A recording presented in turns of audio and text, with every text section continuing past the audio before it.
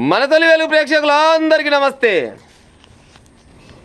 Paper చూస్తే ఇవాళ నాకు ఒక పాట గుర్తొస్తుంది. వాళ్ళ ఎవరి గతి ఎటులున్నదో ఈశ్వరుని కెరుక, ఎవరికి విధముగా జరుగునో పరమాత్మ కెరక అనే పాట వింటే కదా. నిజంగా కూడా కేసీఆర్ సారుకు నోటీసులు వచ్చినాయంట.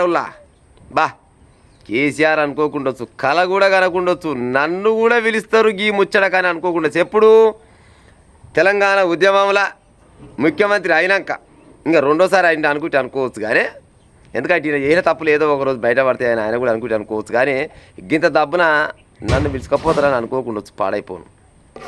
కేసీఆర్కు నోటీసు. ఫోన్ ట్యాపింగ్ కేసులో నేడు మధ్యాహ్నం విచారణకు రావాలని సిట్ ఆదేశిస్తారు వాళ్ళు మస్తుగా. మరి ఈయన పోవద్దు, ఈయన పోతే ఆడికి ఈయన ఏందాది. నదులకు నడక నేర్పిన ఆయన, తెలంగాణ రాష్ట్రాన్ని గుంజుకొచ్చిన ఆయన, 80,000 పుస్తకాలు చదివిన ఆయన, ఎంతోమంది తలరాత మార్చిన ఆయన, ఒకటే ఎగ్జామ్ని 3-4 సార్లు పెట్టిన ఆయన, ఇంటికో ఉద్యోగం ఇచ్చిన ఆయన, ఎన్నో డబుల్ బెడ్రూమ్లు ఇచ్చిన ఆయన. ఈయన పోతే ఆడుల్లా పిలిచంగానే రావాలని వాళ్ళు చెప్తే అంటున్నట ఏ ఎలక్షన్లు ఉన్నాయి పాడైపోయి ఈ టైంలో నన్ను పిలుస్తా. అరే ఎవరో బుడ్డని చూసుకోక నిన్నవల్ల అయితే గాలినోళ్ళు పిలిచి సంతోష్ రావుని, హరీష్ రావుని, మళ్ళీ పోతే తారక రావుని గాలని పిలిచిరు. కానీ నేను వస్తానా? ఎంత పెద్ద పని మీద ఉండి అనుకుంటారు ఓ సిట్ ఆఫీసర్లు. ఎంత పెద్ద పని మీద ఉండి సార్. ఇప్పుడు తెలంగాణ రాష్ట్రంలో ఇప్పుడు అదే ఎన్నికలు వచ్చాక మున్సిపాలిటీ ఎలక్షన్లా, ఆ ఎలక్షన్లలో సారు చాలా బిజీగా ఉన్నట్ట. మరి ఏ జిల్లాలో తిరుగుతుండొచ్చు మరి ఈయన ఎలక్షన్లకు? ఏ జిల్లాలో తిరగడు, అన్ని జిల్లాలు ఆయన కాడికి పోవాల్సిందే. ఫామ్ హౌస్ కానీ అయినా రాజకీయం మొత్తం ఫామ్ హౌస్ కాడ చాలా బిజీగా ఉంటాడు. ఈ టైంలో పిలిస్తే వస్తాడు. పొరపాటున కూడా రాడు. కాకపోతే ఇంకో సమయం పెట్టరు. అది ఏదన్నా ఆయుధ పెట్టుర్రు ఇవాళ కాకుండా ఇంకా 4 రోజులకు వస్తా. కానీ ప్రస్తుతాన్ని మాత్రం నన్ను విలువకూరని అంటున్నాను తెలిసింది ఇప్పుడే. ఫోన్ ట్యాపింగ్ కేసులో నేడు మధ్యాహ్నం విచారణకు రావాలని సిట్ ఆదేశం. వయసు దృష్ట్యా విచారణ ఇంట్లోనా సిట్ ఆఫీస్లోనా ఎంచుకునే ఛాన్స్ కేసీఆర్కే ఇచ్చిరంట. వయసుని దృష్టిలో పెట్టుకొని ముసలాయన అయింది కదా, ఇక కాటికి కాలు చాపినాక ముసలాయన కాకపోతే ఏముంది. కానీ ముసలాయన అయిపోయాడు, ఇక బీపీ షుగర్ ఎక్కువ కావచ్చు. మరి సార్ మీరు మా కాడికి వస్తారా లేకపోతే మేమే మీ కాడికి రావాలన్నా, ఏ సంగతి అయింది జర మీరే చెప్పురు సార్ అని ఆఫీసర్లు అడుగుతారంట. ఏమంటాడు? ఇక నేను గంత దూరం ఏమొస్తాయా, రాను పోను కిరాయి నిమిత్తం పక్క, కానీ మీరే రారని అంటాడు. పక్క అంటాడు. రాధాకిషన్ రావు తదితరులు ఇచ్చిన వాంగ్మూలాల ఆధారంగా ప్రశ్నించేందుకు సిద్ధంగా ఉన్నారంట. ఇక ఆల్రెడీ ఇదేంటి ఇచ్చిందిగా. ఇలా కూడా మున్సిపల్ ఎన్నికల్లో చాలా బిజీగా ఉన్నా నేను హాజరు కాలేను, ఫోన్ ట్యాపింగ్ కేసులో విచారణకు సహకరిస్తా, ఏం బాధలేదు సహకరిస్తా, కానీ జర్ర 2 రోజులు ఆగరాదు అన్నట్టు లెక్క. మీరే మరొక తేదీ నిర్ణయించండి, విచారణకు ఎర్రవెల్లిలోనా నా నివాసానికే రండి. ఎర్రవెల్లిలోని ఆయన నివాసానికే పోవాలంట. అంతే. ఆయన కాడికి ఈయన పోడు. దొర పోతా అడులా. దొర పోడు. ఏం దొర మామూలు దొర కాదు దొర. ఇంకా ఏసీపీ వెంకటగిరి లేఖ రాసిన కేసీఆర్, ఆయన విజ్ఞప్తికి సిట్ సానుకూలం, మరో తేదీని ఖరారు చేసి సమాచారం ఇవ్వాలని నిర్ణయం. ఫోన్ ట్యాపింగ్ కేసులో నేరస్తులు పర్యావసాలు ఎదుర్కొంటారా లేదా, ఇక ఇవన్నీ ఇస్తూనే ఉంటాడు ముచ్చట. కానీ విచారణ కాదు ప్రతీకారం అంట. ప్రతీకారమో విచారణో ఏదో ఒకటి. కానీ నువ్వు ఏమన్నా పిల్లగానివే అయితే ఇవన్నీ ఎందుకుంటూ చెప్పు. ఇప్పుడు ఏమంటాడు? ఇవాళనో రేపో ఎల్లుండో ఇంకా 4 రోజులకో లేకపోతే ఇంకా 4 నెలలకో కొనబోయాడు అనుకో, ఒకటే మాట చెప్తాడు. ఏం చెప్తాడు?